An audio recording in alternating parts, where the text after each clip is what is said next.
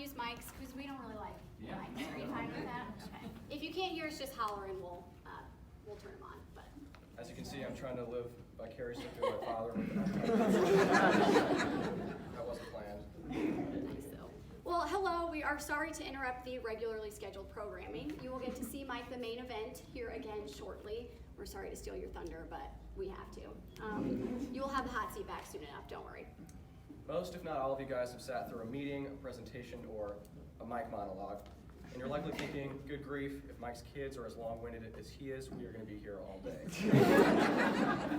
Allow us to calm your fears right up front. Our dad has taught us many things, but how to write a speech was not included in that list. Lucky for you, I get paid to communicate, and Caleb has the script here in front of him, so you're in good hands. I'm Shannon, and this is Caleb, as Mike introduced you to us earlier. And on behalf of the Jirik family, we want to thank you all so much for being here to celebrate our dad and his 30 years of service to CAT. Are you serious?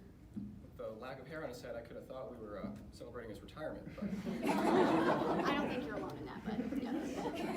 Well, if you know Mike at all, you can't be too surprised to hear that Dad wanted us to incorporate a family song or dance into this event today. Some of his brilliant ideas included We're All in This Together from High School Musical. Naturally, I would play Zac Efron. Quinn just dyed his hair blonde, though, so you guys might be up for a race there. We had Aladdin's A Whole New World as an option. An old Caterpillar favorite, Chicken Fried by the Zac Brown Band. So hopefully you guys got to hear Dad do that one. And 16 going on 17 from The Sound of Music. Just kidding, that wasn't yours. But we wouldn't be normal kids if we didn't constantly let down our parents, so we opted for a speech instead. So Caleb and I are numbers 2 and 4 in the 6-kid lineup, and there's a reason that the odd ones aren't up here with us.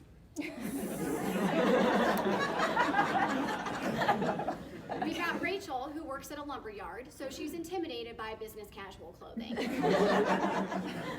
Quinn over here looks like he's paying attention to you, but he's actually crunching the numbers for when he can afford his next tattoo.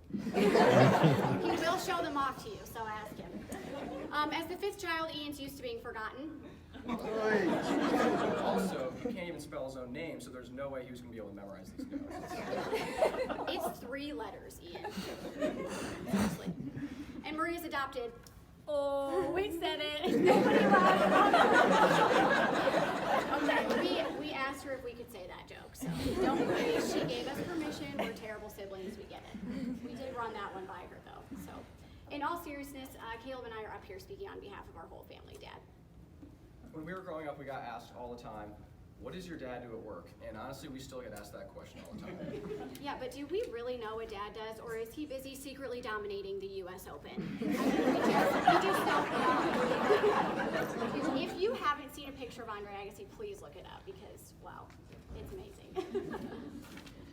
When we were young kids, we thought our dad was so cool because he was a master black belt.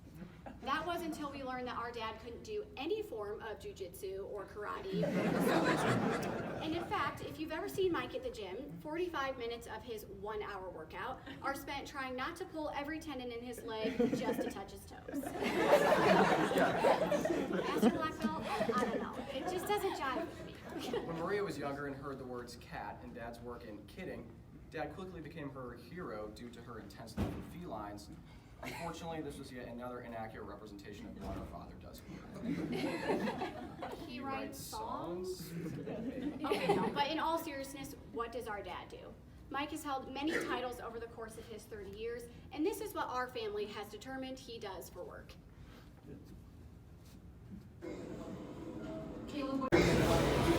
Caleb, what do you think Dad does at work? Answers emails. What is it that you think Dad does at work? Oh.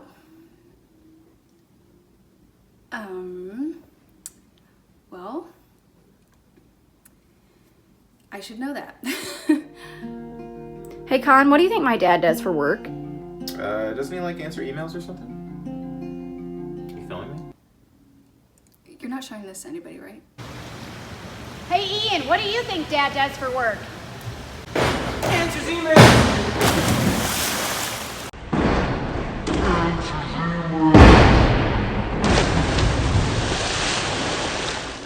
Have you asked Mom? Hey, Mom. Hi.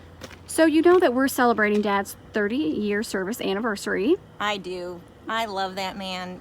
He is the best thing ever. He works harder than anybody I know. Well, that's a great segue because we are trying to figure out what in the world he does for work, and we figured you of all people would know best. I do know this. For 30 years, this is why he's so good at his job. Every night I'll say, "Babe, it's super late. It's time for bed." And he'll always answer, "Hun, just a few more minutes. Still doing email." Does anyone really know? Hey Maria, what do you think Dad does for work?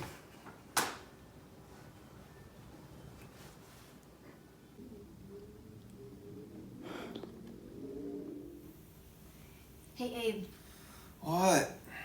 sorry for waking you up, but what do you think my dad does for work? I don't know. Answers emails or something. Shh.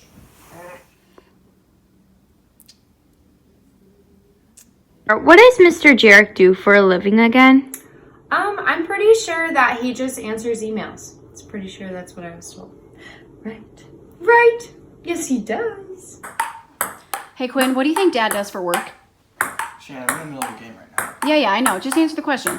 Doesn't he, send emails for State Farm or something? Well, he works at Caterpillar. I didn't know that. Final answer, Dad answers emails? For years, I've wanted to be like my father. And today, I can proudly say that I've reached that goal. I can answer emails.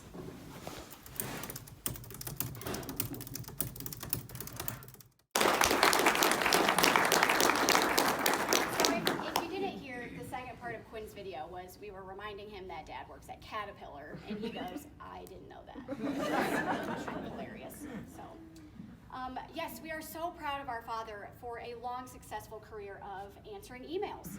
And one of the most important life lessons that we ever learned as kids was to never make our dad our emergency contact. After all, he has a very important email to respond to. So you guys might have noticed that we've been switching back and forth between using Mike and Dad, and that's because speech writing rule etiquette, or etiquette rule number 1, is to know your audience.